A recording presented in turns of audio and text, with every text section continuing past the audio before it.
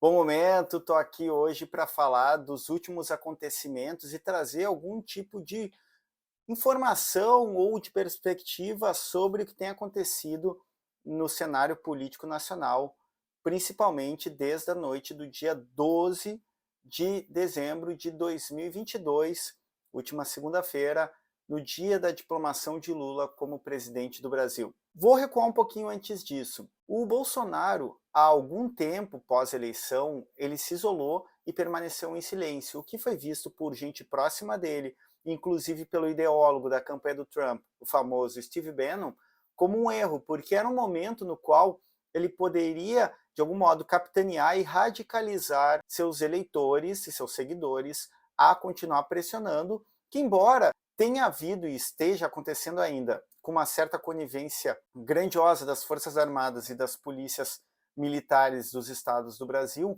os acampamentos patriotas, ou como eu costumo chamar de micareta, de neonazista de verde e amarelo na frente dos quartéis. Houve essa mobilização, mas ela não foi ainda exacerbada até o que aconteceu no dia 12, última segunda-feira. O que acontece? O Bolsonaro permaneceu em silêncio, embora tivesse esse período de tempo que ele poderia, então, radicalizar, inflamar seus seguidores.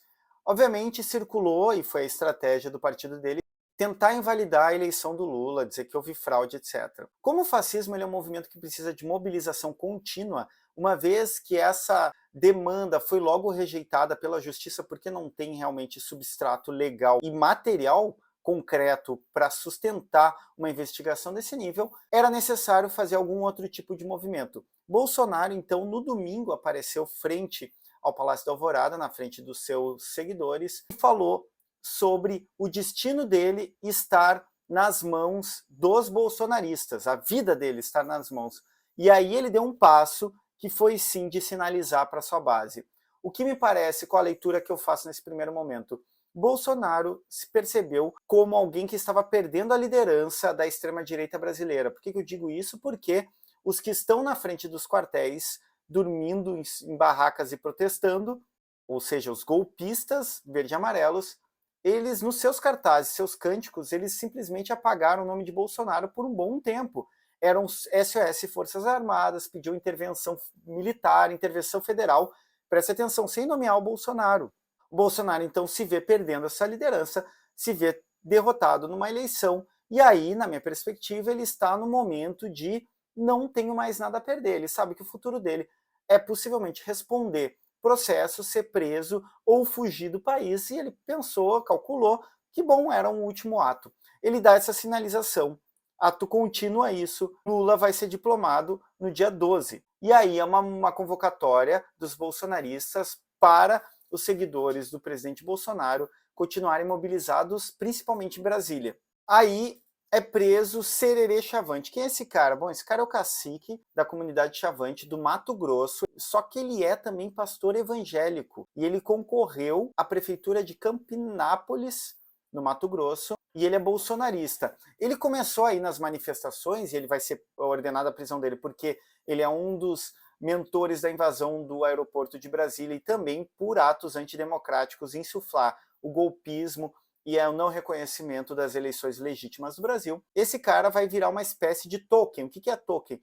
Token, ou tokenismo, é um termo, um conceito criado pelo líder da luta negra estadunidense Martin Luther King Jr., que ele diz que o token é aquele que é usado para encarnar um determinado tipo e livrar a cara ou o sistema racista opressor de sua culpa, do tipo assim, o Brasil é um país racista, e aí a gente coloca a foto de uma personalidade negra e diz, não, mas como? Se tem uma pessoa negra que conseguiu sucesso, conseguiu dinheiro, ou por exemplo o Bolsonaro, que andava com o Hélio Negrão, é o famoso, eu não sou racista, tenho até amigos que são pretos.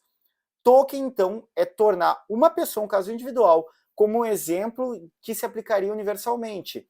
É uma estratégia dos poderes, ou dos racistas, ou dos machistas, do LGBTQIA+, fóbicos, de se livrarem das acusações. Então, o Sererep Chavante virou um líder da mobilização em Brasília golpista, porque ele tem a imagem, ele representaria a imagem dos povos indígenas, embora as associações indígenas tenham desde o começo dito que não eram representadas por ele.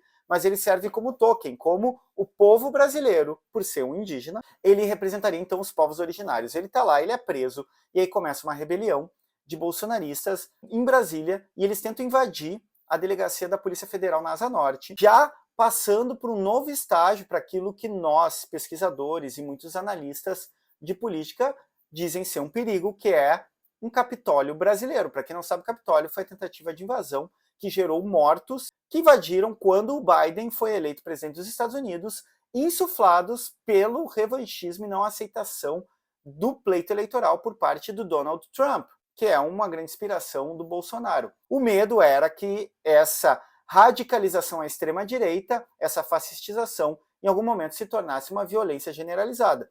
Obviamente, eu falo muito disso nas minhas redes, nas minhas aulas e nos meus vídeos, que quando se brinca muito com o discurso violento, e quando a gente está falando de fascismo, é base da mobilização do medo e do ódio, em algum momento vai se materializar. Ponto importante que eu queria chamar a atenção: nos grupos bolsonaristas, houve sinalizações para essa mobilização se tornar violenta.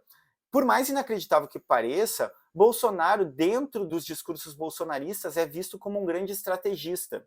Eu sei que isso parece absurdo, mas ele, inclusive, é visto como alguém que se finge de burro, de uma pessoa limitada intelectualmente por estratégia. Durante a titulação do Lula, ele postou uma foto jogando xadrez com a filha, ou seja, para fazer esse apito de cachorro para o núcleo duro dos seguidores, que ele estava sendo estrategista. Há também uma noção dentro do bolsonarismo, com grupos neofascistas ao redor do mundo, que é a gamificação da política. Eu já falei disso anteriormente, mas resumidamente, é a noção de que tu faz parte de um jogo onde há um sistema que quer esconder a verdade e tu possui a verdade ou descobre a verdade. Como que funciona isso? Para gamificação, todo mundo joga videogame sabe que tem um momento que a gente entra num círculo mágico, ou seja, a gente já não discerne o real fora de nós, a gente está dentro do jogo. Acontece também com filmes no cinema, a gente sente parte daquilo em algum momento e perde essa fronteira entre o concreto real e a imaginação, o jogo, o filme, etc. A gamificação da política, e o fascismo faz isso, ele te dá elementos e te deixa em posições de concluir a ligação entre o ponto e o A e o B. E isso faz parecer para o sujeito que ele montou o quebra-cabeça sozinho. Isso envolve o sujeito diretamente como aquele que, em alguma medida, foi perspicaz o suficiente para entender o jogo e também dá uma sensação de bem-estar ou de potência ou de poder de eu descobri uma verdade que ninguém sabe, mesmo os mais intelectuais não sabem, então eu vou revelar para eles. Gamificação da política de um lado, o bolsonarismo joga com isso, e do outro lado é a violência que decorre do fascismo. E aí, o que acontece, fechando essa nossa conversa de hoje? Nos grupos bolsonaristas, automaticamente se coordenou a culpabilizar a esquerda, dizendo que a direita ela não tem como modus operandi, ou modo de agir, a violência, o vandalismo, a depredação, quando a gente sabe que a direita produziu o nazismo, o fascismo, e a violência é parte integral, é o cerne, o coração do fascismo. Portanto, é sim algo de direita, mas é o jogo tático que eles têm feito, o que demonstra também o desespero. Eles não conseguiram pensar em nada melhor do que, mais uma vez, culpabilizar a esquerda, porque tanto Bolsonaro quanto os bolsonaristas, eles têm uma mentalidade que é categorizada no conceito de ressentimento de Nietzsche, que é a culpa é tua, nunca sou eu. Eles têm uma lógica, entre aspas, que é a do menino que é pego com o vaso quebrado da mãe do lado dele, e ele nega até a morte que foi ele, tendo só ele na sala, com o vaso quebrado ao seu lado. Era isso por hoje. Vamos arriba e continuemos a luta contra o fascismo, que ela é longa e árdua. Dale.